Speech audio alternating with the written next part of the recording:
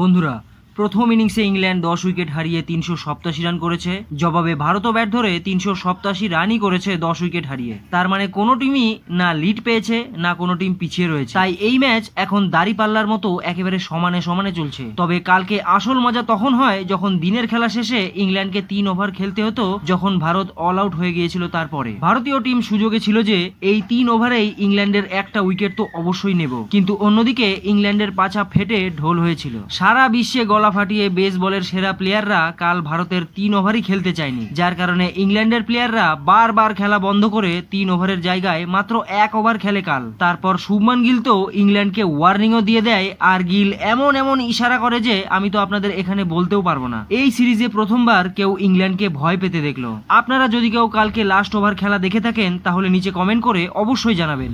আসলে কালকে দিনের খেলা যখন শুরু হয় তখন ঋষভ পান্ত আর রাহুল খুব সুন্দর খেলা শুরু করে। কাল ম্যাচ শুরুর কিছুক্ষণ পরে ঋষভ পান্ত একটি 6 মারে, আর এর ফলে 88টি 6 হয়ে গেছে তার এখন টেস্ট ক্রিকেটে।